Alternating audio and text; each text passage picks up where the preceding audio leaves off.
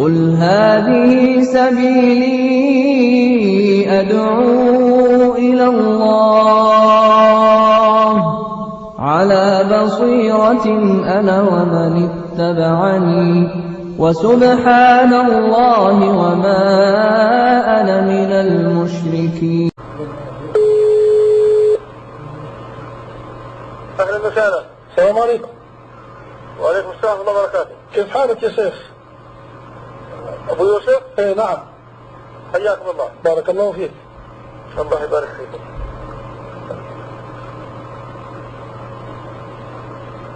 أهلا يا شيخ، أبنائك ينتظرون كلمة منك يا شيخ.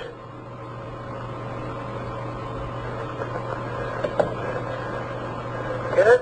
قلت لك أبنائك ينتظرون كلمة منك. أيوة. الحمد لله والصلاة والسلام على رسول الله وعلى آله وصحبه ومن اتبع هداه. أما بعد، فإني أوصي نفسي وإخواني وأحبائي في الله بما أوصى الله به الأولين والآخرين، هذا هو تقوى الله تبارك وتعالى، والإخلاص لله تبارك وتعالى في كل قول وعمل، والاعتصام بكتاب الله وسنة نبيه عليه الصلاة والسلام، وبما كان عليه السلف الصالح من عقائد ومناهج وأخلاق وأخوة ومحبة الله، إلى آخر ما تتطلبه هذه الدعوة الشريفة التي يعني هي من وظفها فقد نال حظا عظيما.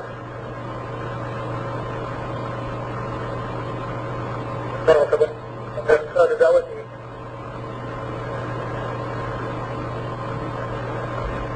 من يرى أنه أهل لها فكونوا أهلا لهذه الدعوة،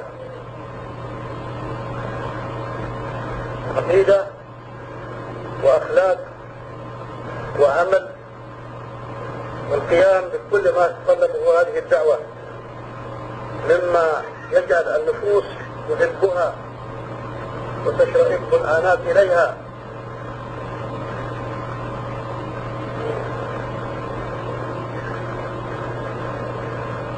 أوصيكم بعد هذا بالتآخي في الله عز وجل، والتراحم والتعاطف، فإن الشيطان يرفض ويجري، وأحب شيء إليه التفريق بين الإخوة والأحبة، وكل عبادي يقول التي هي أحسن، إن الشيطان ينزغ بينهم، إن الشيطان كان للإنسان عدوا مبينا.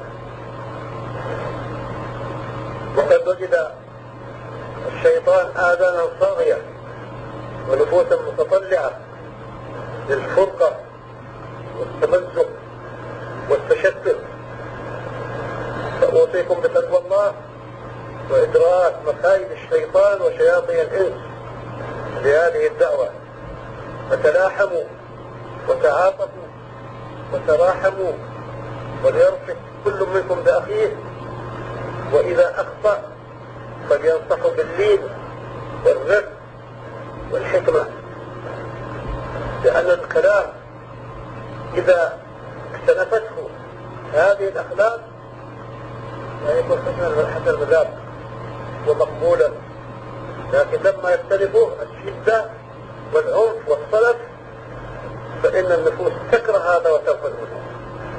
ولهذا يقول الرسول صلى الله عليه وسلم: ما كان الرفق في شيء إلا زانه، ولا نزع من شيء إلا شانه. وكان يوصي أصحابه إذا ذهبوا دعاة إلى الله تبارك وتعالى إلى البلدان، ومنهم أبو موسى ومعاذ رضوان الله عليهما، قال: يسرا ولا تعسرا، وبشرا ولا تنفرا. فلاحظوا هذه الأمور المهمة، وهي أمور منهجية لا بد من الاهتمام بها والقيام بها، والحفاظ على الدعوة وإفتاح المجال أمامها لتنتشر في هذه الأمة التي أنشاها شياطين الإنس والضلال أنسوهم كثير من الآباء الإسلامية والبناء الإسلامي والأخلاق الإسلامية. أسأل الله أن يوفقكم وأن يشتت اختصاصكم وأن يؤلف بين قلوبكم وأن يذهب عنكم الشيطان.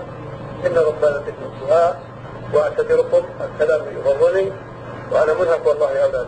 بارك الله فيك. أن نجد فرصة أخرى تتحدث في وقت أوسع والله يتقبل منكم صالح الأعمال وأن يلف بين قلوبكم وأن يقبل بالقلوب عليها. إن ربي لسميع الدعاء. وصلى الله على نبينا محمد وعلى آله وصحبه وسلم. جزاك الله خير يا شيخ. الله يبارك فيك. نسأل الله أن يعافيك يا شيخ. سلام لإخوانكم الذين لم يحضروا. إن شاء الله. بارك الله فيك يا شيخ. وأعتذركم أذهب جاءني أولادي من المدينة ما رأيتم أن أتأهب القيام بالكلمة وإلى لم يحضرون وما أفضل الكلمة وآتيكم. بارك الله فيك يا شيخ. جزاكم الله أهلا وسهلا. السلام عليكم. قل هذه سبيلي أدعو إلى الله